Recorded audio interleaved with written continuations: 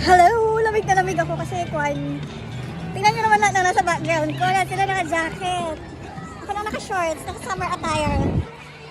I'm going up there. Akit ako dyan. And yeah. Tingnan nyo, lahat sila naka-jacket. Ako lang yung hindi.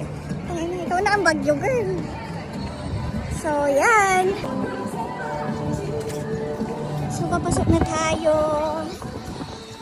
CN Tower, welcome. Bienvenue. Kuna na, pag French ka. Oh my God.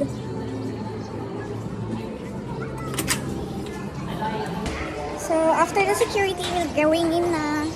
May pa-airport style sila, girl. May mga checking of the bags and everything. So, ayan. Oh my God, actually, it's my first time to get in CN Tower. Kaya, lubos-lubosin na natin. Thank you pala kay Ate Pasita na nagbigay ng ticket. Ayan, na-experience na natin. Ayan si Ate Jana. May pasok na siya. Thank you. Ang ticket pala ng adult is 47. That is 14 to 64 years old. Seniors are 34. Youth 34. Child 18 yan. Sa mga gustong pumasok dito, yan yung rates nila. So, let's go! Hi! Hello! Hi, ticket! Ayan! May ticket na ako! Mahila ko dito. Yan ang makikita natin dito sa first floor. First floor ba to? Tapos, dito ako akyat. Dito kami akyat. Ayan. Revolving to, actually. Nagre-revolve siya yung restaurant. Welcome, visitors! Ayan, doon sila nagtitake ng photo for souvenir. Bongga. We're going to take a quick souvenir photo. Please, thank you. Okay, thank you. I-click namin mamaya pag pababa na kami. Ewan ko, feeling ko may bayad to. Kasi wala namang libre dito. Ayan. Ang katabi ng CN Tower is yung Replace Aquarium of Canada. Ayun siya. Nakapasok na ako dyan kasama ko yung mama ko. 2 years ago na nag-visit siya dito. So, hintayin ko lang si Ate Jana and akyat na kami sa taas. Ayan o, tignan nyo, meron silang mini CN Tower. Magpapapicture na lang kami dyan mamaya kasi hindi namin yung napansin kanina. And ito naman yung bilihan ng mga souvenirs mamaya pagbaba. Pwede namin yung pagpaliban kasi for sure mas mahal yung mga souvenirs dito kaysa sa labas. Yep. Wow! My favorite! Shit! Uhaw na ako. So, ayan yung mga activities na pwede mong gawin sa taas. Pwede kang maglambi-lambi din dyan. Kung ayaw mo lang mabuhay sa mundo, pwede mong experience yan. Nagbukas na ang mahiwagang elevator! Oh my God, nahihilo ako. Ilang bilis naman. How's your day going so far today? Good. Good. I'm glad to hear that. Is anyone's first time here? Yeah. Welcome. Any occasions you came to celebrate or just casually visiting? Perfect. Thank you for choosing the CN Tower to visit today. So we're traveling up at the speed of 22 kilometers per hour to the height of 114 stories high. We're going to be on the main observation deck in approximately 1 minute. Outside, you can see the southeast view of the city, Lake Ontario and Toronto Islands to the right. Below you is the Steam Whistle Brewery. Beside it is the Ripley's Aquarium, and to the left you can see the Financial District, Union Railway Station, and Fairmont New York Hotel. As we're approaching the main observation deck, if you have tickets for the top, please make sure to stop by the white reception desk. It's in front of the upper glass floor and to the right from this elevator. If you are in need of refreshments or snacks, we have 2 bistros on the floor. You're more than welcome to stop by. And there is also a lower observation deck, 1 floor down from the main one. Uy, ang ganda! Nasa 100th floor. Ang ganda! Oh my God!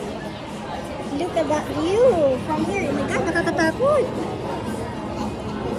Shit, ang ganda! Gusto kong makita yung gabi dito. Ay ko. Nahilo ko. Para pala niya ako nasusuka. Pero ang ganda. Super worth it talaga.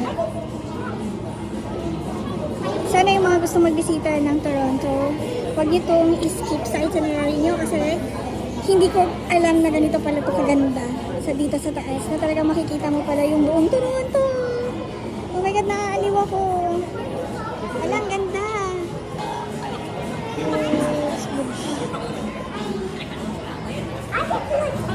Saan yung Center Island dito? Ah, yan yung Center Island. Yan yata yung Center Island. Tara, ikot tayo.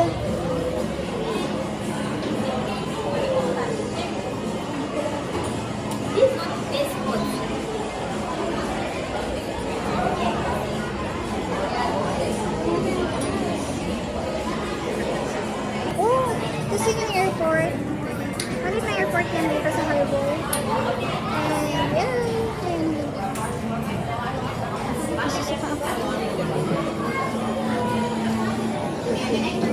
Gutom.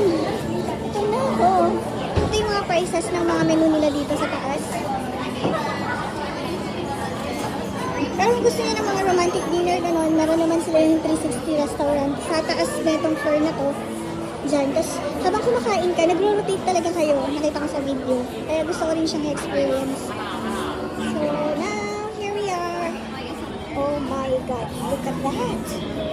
Grabe ang ganda. Siguro hindi niyo ma-appreciate masyado sa video, pero pag andito talaga kayo sa kinakatayuan ko ngayon, ang ganda. Ayan yung maliit nilang airport. Ito kaya yung tsura nito sa gabi.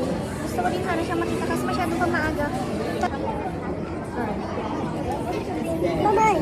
Yan yung railway going to Quebec and going to Vancouver. So, yan yung way ng mga train. Galing sa Konyan, galing sa east, sa west.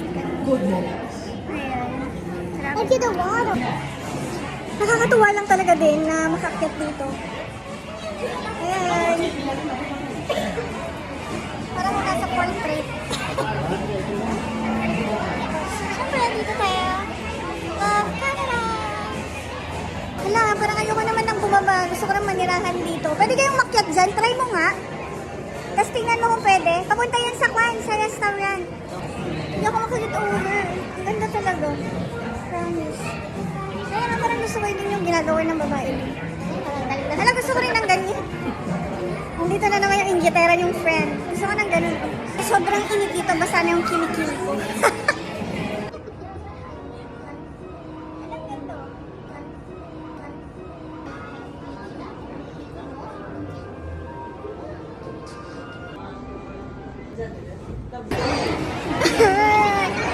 Wala akong videographer, tapos yung taga-picture ko pa, hindi siya marunong mag-take ng photo, kaya wala akong magandang picture. Kaya video-video na lang ako. Ito sana yung gusto yung background din sa picture ko, kaso pag sa picture ang pangit ng light.